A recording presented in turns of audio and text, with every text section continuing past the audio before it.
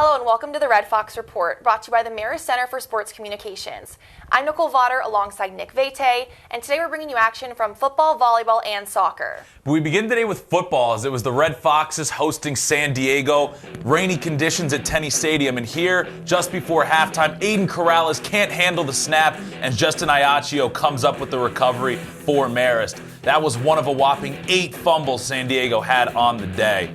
We'll take a look at the following play for Marist. Keep an eye on Amin Woods in the backfield. Brock Bogozzi takes the snap, rolls to the right, but finds Woods wide open in the end zone for the touchdown pass. That was Woods' second touchdown on the day for the Red Foxes.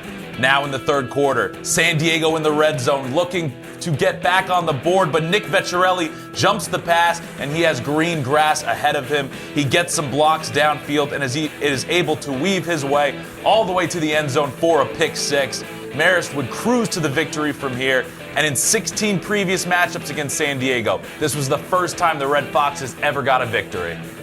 The Red Foxes took on St. Peter's for the second time this season at McCann Arena. Marist beat the Peacocks last game in 3 sets, however the Peacocks came into the rematch fighting. Marist took an early lead in set 1 and held that lead for the remainder of the set, but the Peacocks trailed close behind with the final score of set 1 at 27-25. This was followed by a Marist win in set 2. The Peacocks did not want to go down without a fight, taking an early lead in set 3 with a block by Skylie Nelson, giving them their first 5-point lead of the game. Back-to-back kills by Newglatt lessened that gap on the Peacocks' lead with the score at 12-9. But the Peacocks maintained that lead and closed out set 3 with a win after the ref called a touch on Marist's side of the net. This set the game into a 4th match. Set 4 was a quick win for the Peacocks. The Red Foxes had lost their early momentum, hitting a negative .226 average in the 4th set.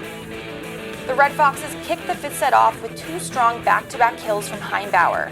This seemed to amp up the energy on their side of the court. Heimbauer was playing for the first time all game. With a race to 15, both teams traded back-to-back points for the short set.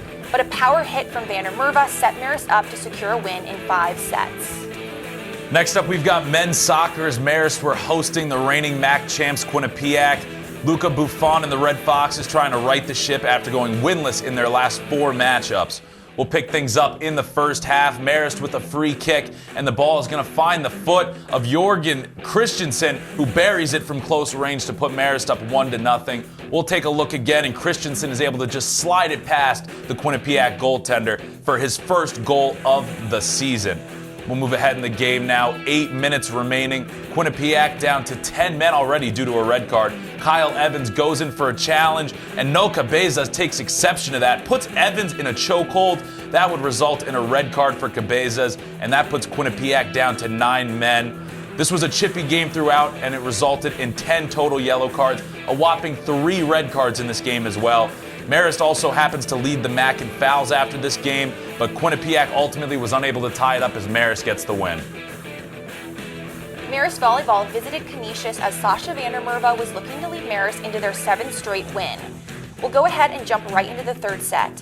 The match tied at 1 set apiece. Kara Zaha scores Canisius' 5th straight point, helping the Golden Griffins take an early 5-2 lead. Later on in the set, Marist scores 7 times in 9 serves. Alyssa White adds to this with a huge block. Marist then turned that 3rd set lead into a win. Canisius was up 12-11 in the 4th set, Marist trailing behind by just 1. After a nearly 45-second volley, Caitlin Owens skips the set altogether and sneaks the ball over the net. Marist ties the game. Set 4, we're at match point, Marist leading by 6. Jordan Newglatt finishes the set with a kill. Marist wins the game. Vander Merva recorded a career high of 21 digs. Marist extended their win streak to 7, which is the longest since 2014.